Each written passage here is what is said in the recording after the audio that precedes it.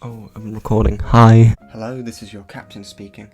I'm so hot and hungover that I can literally hear the darkness of my room. I decided that opening the curtains would be a worse idea than this actual video, so I've decided to live my life from now on like an owl, nocturnally and with a strong urge to rotate my neck 360 degrees. If you've ever been remotely tipsy in your life, you'll know that it's when your brain's at its peak efficiency. I'm convinced I have my best ideas when I've guzzled at least a bit of society's poison. Anyway, when I woke up this morning, I checked my phone, and the first thing I saw in large Comic Sans writing were the words, "Make YouTube video on your attraction to LaFrog from Flushed Away." I'll be the first to admit, it's not what I expected to wake up to. First thing on a Sunday morning, but I could have woke up to a lot worse. Imagine if I woke up to this exact same comment, but in regards to a fascist dictator. So after reading it, I thought, fuck it, I'm gonna make a video on it. So here we are. This is why I'm attracted to LaFrog from Flushed Away. So for those of you that don't know, Flushed Away is a 2006 family comedy made by Aardman Animations, and it was basically the epitome of my childhood. I watched this film so many times that the pictures of the characters are literally tattooed onto the inside of my brain. But again, I feel like I'm dodging the point. LaFrog. You're going to pay for that! LaFrog is a character in the previously stated film who acts as the young, nimble, attractive hired assassin. His mission is to hunt down the rat gang and put a stop to their devilish scheming. I would like to preface that LaFrog is in fact the intended villain of this film, but with legs like that, I mean, he's a hero in my eyes. So reason number one as to why I'm attracted to LaFrog from Flushed Away would be how he moves. I mean, he walks with such confidence it just takes my breath away. Just imagine walking down the street holding the hand of this absolute icon and his legs flailing around everywhere. People would literally move out your way for fear of being clobbered by his just slimy webbed toes. You'd never have to fear people ever again. And all the attention of these people would be on him, so subsequently all the attention would be on me, which is a win-win. Plus, I feel like life would be a real-life sitcom. You know, you'd get into a really hot and heated argument with LaFrog, at which point he chooses to dramatically stride out the room, flailing his legs around like an absolute madman. Arguments would be so spicy. I'd say reason number two is 100% his accent.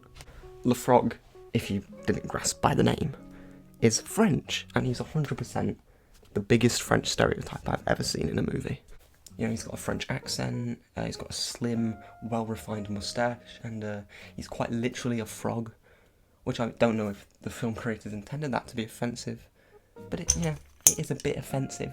Time to get philosophical. I believe it was every author ever that described being French, or the French language at least, as the language of love.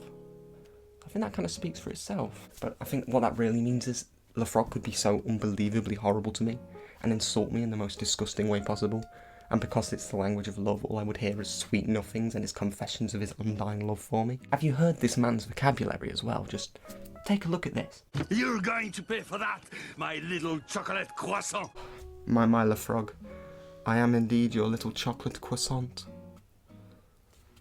I'm flaky, I go stale very quickly, and I'm very bad for your insides. Number three, and the most controversial of my reasons, would be the extent of his sliminess. Slime to most people is a really gross thing, but for LaFrog at least, it feels different for me. For one, it's a natural and sustainable source of lubricant. Need I say more? It would also give me more than a reasonable excuse to use the phrase, "it's slime time," in general conversation, which I'm yet to find a use for in modern civilized society, other than on the Nickelodeon Kids channel. Number four, I'd say, at least, would have to be his crew of merry men, or sorry, angsty amphibians. Bonjour! Bonjour! Bonjour! I mean, everywhere this man goes, his gang follows him round, and they each have their own individual talents that I could exploit and manipulate to my own advantage. There's this guy. Ah, thank you.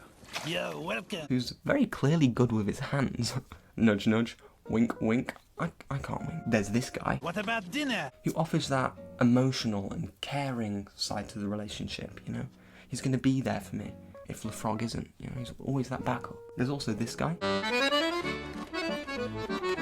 who could serenade me whenever I choose, which I think shows that kind of spontaneous side to LeFrog. And finally, there's this guy. Oh, he's so fucking delightful, you know?